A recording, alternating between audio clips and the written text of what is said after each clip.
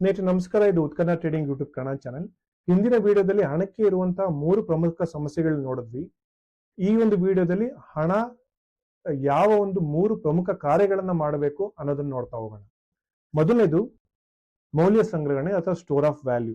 ನಾವು ಯಾವ ವಸ್ತುವನ್ನ ಹಣವಾಗಿ ಬಳಕೆ ಮಾಡ್ತೀವಲ್ಲ ಅದು ಸಮಯ ಕಳೆದಂತೆಲ್ಲ ಹಣ ತನ್ನ ಕೊಳ್ಳುವ ಶಕ್ತಿಯನ್ನ ಕಾಪಾಡ್ಕೊಂತಾನೆ ಹೋಗ್ಬೇಕಾಗತ್ತೆ. ಇದರಿಂದ ಜನರು ತಮ್ಮ ಭವಿಷ್ಯದ ಉದ್ದೇಶಗಳಿಗೋಸ್ಕರ ಹಣವನ್ನು ಸುರಕ್ಷಿತವಾಗಿ ಉಳಿಸಿಕೊಳ್ಳಲು ಸಾಧ್ಯವಾಗುತ್ತೆ. ಇನ್ನ ರಿಯಲ್ ವರ್ಲ್ಡ್ ಸಿನಾರಿಯಲ್ಲಿ ನೋಡೋದಾದ್ರೆ ಸಾವಿರಾರು ವರ್ಷಗಳಿಂದ ಮನುಷ್ಯ ಚಿನ್ನದ ನಾಣ್ಯಗಳನ್ನೇ ಅದೇ ಸ್ಟೋರ್ ಆಫ್ ವ್ಯಾಲ್ಯೂ ಆಗಿ ಬಳಕೆ ಮಾಡ್ಕೊಂತ ಬಂದಿದ್ರು. ಅಂದ್ರೆ ತಾವು ಕಷ್ಟಪಟ್ಟು ದುಡ್ದಿರ್ತಕ್ಕಂಥ ವ್ಯಾಲ್ಯೂನ ಅವರು ಚಿನ್ನದಲ್ಲಿ ರೆಪ್ರೆಸೆಂಟ್ ಮಾಡ್ತಿದ್ರು. ಯಾಕಂದ್ರೆ ಚಿನ್ನ ತನ್ನ ಮೌಲ್ಯವನ್ನ ಕಾಪಾಡ್ಕೊಳ್ತಾನೆ ಬರ್ತಾ ಇತ್ತು. ನಾವು ಪೇಪರ್ ಕರೆನ್ಸಿ ಬಂದ್ಮೇಲೆ ಮನುಷ್ಯ ಯಾವುದನ್ನ ಸ್ಟೋರ್ ಆಫ್ ವ್ಯಾಲ್ಯೂ ಆಗಿ ಬಳಸ್ತಾ ಇದ್ದಾನೆ ಅಂತ ನೋಡೋದಾದ್ರೆ ರಿಯಲ್ ಎಸ್ಟೇಟ್ ನ ಸ್ಟೋರ್ ಆಫ್ ವ್ಯಾಲ್ಯೂ ಆಗಿ ಬಳಸ್ತಾ ಇದ್ದಾನೆ. ಹಾಗಾಗಿ ಇವತ್ತು ಬೆಂಗಳೂರು ಆಗಿರ್ಲಿ, ತುಮಕೂರು ಆಗಿರ್ಲಿ, ಜಗತ್ತಿನ ಯಾವುದೇ ಪ್ರದೇಶಕ್ಕೆ ಹೋದ್ರೂ ಸಹ ಜನ as an investment, as A store of value ಆಗಿ ಸೈಟ್ ಮೇಲೆ ಸೈಟ್ ತಗೊಳ್ತಾ ಇದ್ದಾರೆ. ಸೈಟ್ ಇದ್ರು ಕೂಡ ಫ್ಲಾಟ್ ಮೇಲೆ ಫ್ಲಾಟ್ ಗಳನ್ನ ಕಟ್ಸ್ಕೊಂತ ಹೋಗ್ತಾ ಇದ್ದಾರೆ.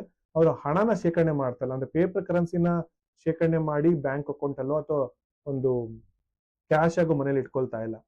ರಿಯಲ್ ಎಸ್ಟೇಟ್ ಗಳನ್ನ ಶೇಖರಣೆ ಮಾಡಿ ಇಟ್ಕೊಳ್ತಾ ಇದ್ದಾರೆ. ಯಾಕಂದ್ರೆ that's better store of value. Market ಅದನ್ನ ಡೈರೆಕ್ಟ್ಲಿ ಅಥವಾ ಇಂಡೈರೆಕ್ಟ್ಲಿ ಅರ್ಥ ಮಾಡ್ಕೊಂತ ಹೋಗ್ತಾ ಇದೆ. ಹಾಗಾಗಿ ನಾವು ಯಾವ ವಸ್ತುಗೋಸ್ಕರ ಕಷ್ಟಪಟ್ಟು ದುಡಿತೀವಲ್ಲ ಆ ಒಂದು ವಸ್ತು ತನ್ನ ಮೌಲ್ಯವನ್ನ ಕಾಪಾಡ್ಕೊಳ್ತಾನೆ ಹೋಗ್ಬೇಕಾಗತ್ತೆ. ಇದನ್ನ ಸ್ಟೋರ್ ಆಫ್ ವ್ಯಾಲ್ಯೂ ಅಂತ ಹೇಳಿ ಕರೀತಾರೆ. ಹಾಗಾಗಿ ಹಣಕ್ಕೆ ಇರಬೇಕಾದಂತಹ ಒಂದು ಮೊದಲ ಫಂಕ್ಷನಾಲಿಟಿ, ಯಾವ ಒಂದು ಕಾರ್ಯ ಹಣ ಮಾಡಬೇಕು ಅಂತಂದ್ರೆ ಸ್ಟೋರ್ ಆಫ್ ವ್ಯಾಲ್ಯೂ ಆ ಕೆಲಸ ಮಾಡಬೇಕು. ಚಿನ್ನದ ನಾಣ್ಯಗಳು ಅದೇ ಸ್ಟೋರ್ ಆಫ್ ವ್ಯಾಲ್ಯೂ ಕೆಲಸ ಮಾಡ್ತಾ ಇದೆ, correct. Paper currency store of value ಆಗಂತೂ ಕರೆಕ್ಟ್ ಆಗಿ ಕೆಲಸ ಮಾಡ್ತಾನೆ ಇಲ್ಲ, ಇಟ್ಸ್ ಕಂಪ್ಲೀಟ್ಲಿ ವರ್ಸ್ಟ್ ಆಗಿ ಕೆಲಸ ಮಾಡ್ತಾ ಇದೆ. ಬಿಟ್ ಕಾಯಿನ್ ಅದೇ ಸ್ಟೋರ್ ಆಫ್ ವ್ಯಾಲ್ಯೂ ಆಗಿ ಕೆಲಸ ಮಾಡ್ತಾನೆ ಇದೆ. ಎರಡನೇ ಕೆಲಸ ಹಣ ಏನ್ ಮಾಡ್ಬೇಕು ಅಂತಂದ್ರೆ ಮೀಡಿಯಂ ಆಫ್ ಎಕ್ಸ್ಚೇಂಜ್. ಯಾವ ವಸ್ತು ಅಥವಾ ಸೇವೆಯನ್ನ ನಮಗ್ ಬೇಕೋ ಆ ಒಂದು ವಸ್ತು ಅಥವಾ ಸೇವೆಯನ್ನ ಎಕ್ಸ್ಚೇಂಜ್ ಮಾಡ್ಕೊಳ್ಳೋದಕ್ಕೆ ಒಂದು ಮಾನಿಟರಿ ವ್ಯಾಲ್ಯೂ ಕೊಡಬೇಕಲ್ಲ, ಅದ್ರ ಮೀಡಿಯಂ ಆಫ್ ಎಕ್ಸ್ಚೇಂಜ್ ಆಗಿ ಹಣ ತನ್ನ ಕೆಲಸವನ್ನ ಮಾಡಬೇಕಾಗ್ತದೆ.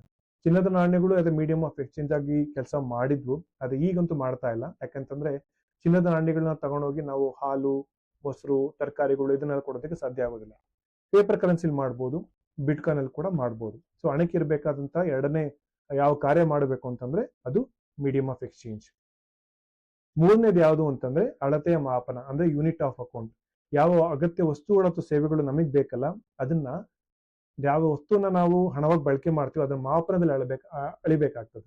ಬೇಸಿಕಲಿ ಈಗ 1 kg ಈರುಳ್ಳಿ ಬೇಕು ಅಂತಂದ್ರೆ ಅದು 30 ರೂಪಾಯಿ, 30 ಇಂಡಿಯನ್ ರುಪಿ ಅಂತಾನೆ ಹೇಳ್ಬೋದು, ಅಥವಾ $3 ಅಂತ ಹೇಳ್ಬೋದು, ಅಥವಾ ಒಂದು ಚಿನ್ನದ ನಾಣ್ಯ ಅಂತ ಹೇಳ್ಬೋದು, 30 ಸತೋಷಿಸ್ ಅಂತ ಹೇಳ್ಬೋದು.